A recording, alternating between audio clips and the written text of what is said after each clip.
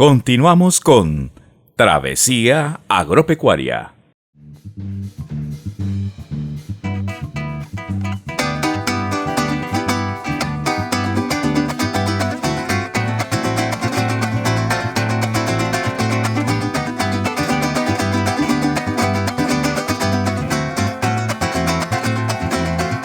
Como lo dijimos antes, no hay una tabla técnica de nutrición en este pollo, pero usted en su experiencia, para que tuviera una buena expresión productiva, ¿en qué dieta o qué tabla recomendaría? Si usted el objetivo es cebarlos, pues darle el mismo programa de alimentación que un pollo gigante, ¿sí? Como el Russell Cup, ¿sí?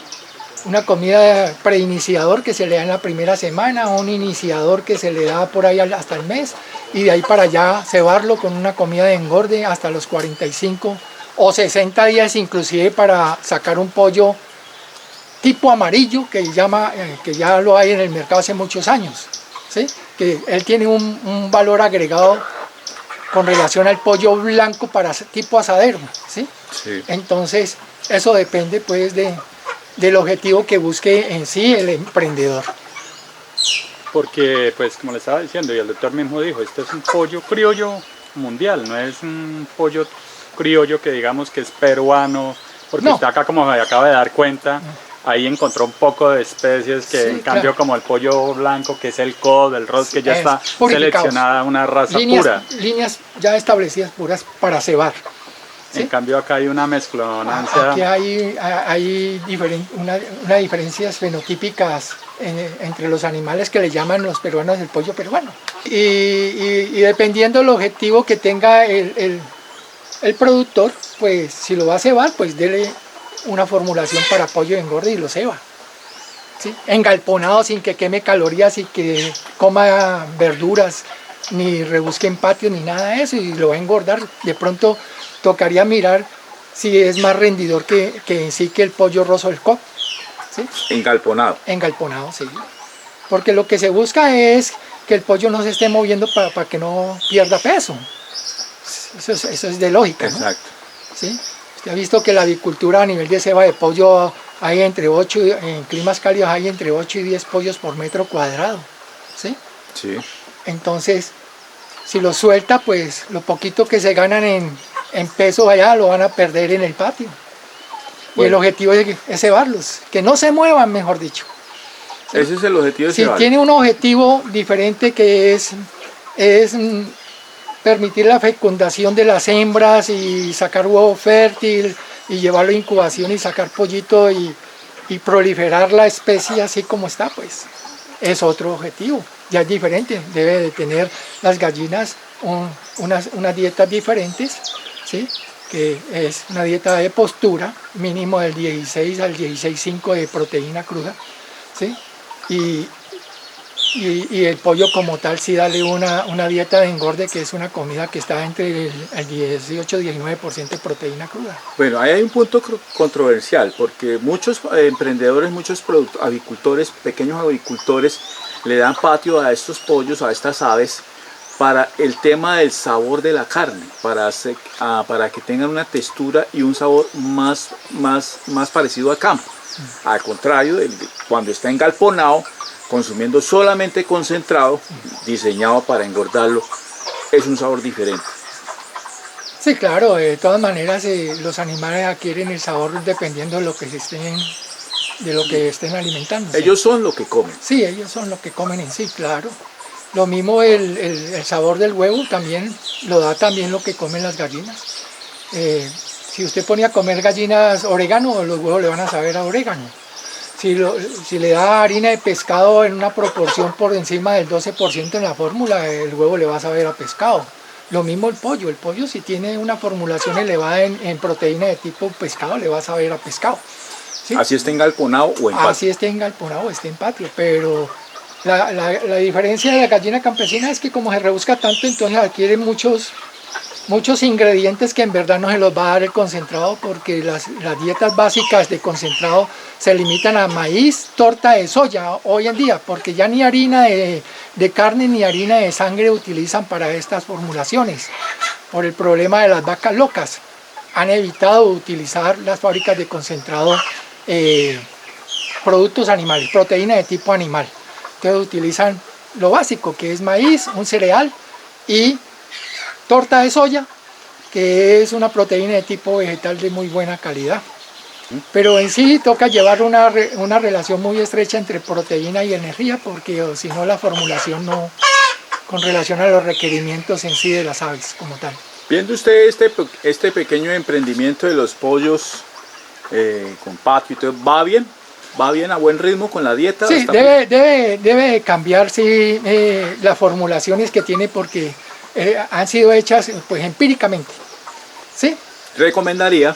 Recomendaría pues sí a hacer un balanceado con las mismas materias primas que él está utilizando, hacer un balanceo, ¿sí? Y en qué proporción se lo va a dar por cabeza, ¿no? Por animal, día, para que pues haya una uniformidad en eso, ¿no? Y hacer un programa de manejo que es por las mañanas en casetadas y por la tarde en patio, ¿sí? Para que ellas se acostumbren solo en la mañana a comer y las hembras poner, ¿sí? Y después patio. Y los machos comer y no salir a patio, ¿sí? Para que no quemen lo que han ganado, porque se espera que ellos se ceben. Entonces hay que modificar el balanceo de nutrientes con relación a las materias primas que él usa. Él usa una harina de arroz que es de muy buena calidad, ¿sí? Utiliza maíz, utiliza palmiste, botón de oro. Utiliza botón de oro, Cajeto. ¿sí? que es algo impreciso. Usted no sabe precisar en verdad qué aporte le puede estar dando en proteína y en otros elementos a los animales. Bueno, ¿y la melaza en el agua, qué opina de eso, doctor? No, la melaza en el agua es buena, pero no continuamente, porque llega un momento en que los animales se van a alzar y le van a causar problemas de cama. Se le va a subir la humedad a nivel de la cama, va a haber proliferación de moscas, malos olores. Pues una vez a la semana. Sí, entonces es mejor que no sea tan seguida el suministro de melaza en el agua. No es malo suministrar melaza.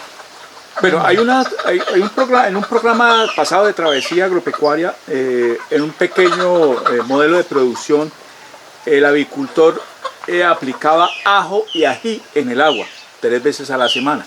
¿Qué opina de eso, doctor? No, la gente a nivel de patio o a nivel de campo utiliza productos naturales para prevenir tipo de enfermedades, ¿no? Ellos previenen ahí algún parasitismo por lo general, pero la gran mayoría de estos proyectos a nivel de traspatio por lo general nunca vermifugan una gallina. En otras palabras, nunca la purgan, como dicen ellos, ¿sí? Ajá. Pero las gallinas hay que vermifugarlas. ¿Y esto del ajo y el ají funciona? Pues es muy empírico, ¿no? Muy empírico. Nadie científicamente ha establecido de que eso en verdad, pero Ha dado resultados. Yo creo que una micoplasmosis con un coli, con una colibacilosis, hay un ERC, usted no lo combate con un ajo ni con un ají. Y la gran mayoría de las veces estos proyectos a nivel de patio, ¿sí? Las aguas son de muy mala calidad. Las aguas, la gente muchas veces no le pone atención al agua, simplemente llega y le llena los bebederos con el agua, pero no revisa la calidad. No tiene ¿Qué presente recomendación tiene para el agua en avicultura? No, el agua tiene que ser un agua de buena calidad, potabilizarla, ¿sí? Y hay forma de potabilizarla. Ustedes conocen el cloro, ¿no? Sí. Ya sea líquido, ya sea hipoclorito de calcio, hipoclorito de sodio. El sodio es líquido, el calcio es sólido, en pasta, ¿sí? Y hacer artesanalmente un dosificador de cloro que es sencillo de hacer, ¿sí? Y montarlo en el sistema de bombeo del aljibe, porque por lo general las aguas de los aljibes por lo general tienen enterobacteriáceas, que está el señor E. coli ahí, ¿sí? Y fácilmente se enferman las gallinas. Cuando un proyecto de estos empieza, yo lo llamo síndrome de galpón nuevo, ¿sí? O sea, el primer lote, una belleza, tengo 500 animales, y ya para el segundo lote, el tipo dijo, no, metemos 1000, meten 1000. Ya para el tercer lote, no, eso construyen y meten 2000, ¿sí? Y en el cuarto lote resulta y pasa de que ahí llegó el problema porque el nivel de contaminación no ha sido cuidado, la parte sanitaria, no hay fumigaciones periódicas, no hay desinfección de bebederos, no hay potabilización del agua. Entonces, con el simple hecho de que caiga una colibacilosis, entonces el señor se quebró, le quitó lo de los 3-4 lotes que había sacado. Entonces es muy importante la calidad del agua y la fumigación y la parte sanitaria. ¿Sí? Acá empíricamente yo fumigo el galpón por dentro, por fuera, los bebederos todos los días los lavo con jabón, todo eso por cuidar, porque sé que las aguas contaminan y me dañan los animales. Por supuesto. Bueno, entonces eso es referente al agua. ¿Qué otro aspecto? Bueno, la fumigación, Sí, la fumigación. las camas, la cascarilla de arroz, ¿qué tanto se debe, con qué periodicidad se deben cambiar o cuántas camadas soportan? Lo importante es que esas camas no se humedezcan, porque toda humedad que haya en cama hay que sacarla. Y ojalá, si tiene la facilidad de incorporarle una cal viva, pues ayudaría mucho a eso, ¿no? Hay productos biológicos para mejorar los estados de la cama, Los microorganismos. como eficientes. son los microorganismos eficientes, ¿sí? O eficaces que llaman, ¿sí? Entonces fácilmente se puede utilizar ese tipo de productos y fumigar. Inclusive el agua también es bueno de vez en cuando echarle microorganismos eficaces, porque así cuando se le echa al agua el animal lo ingiere y lo está defecando y está haciendo parte también del compostaje de la cama. Y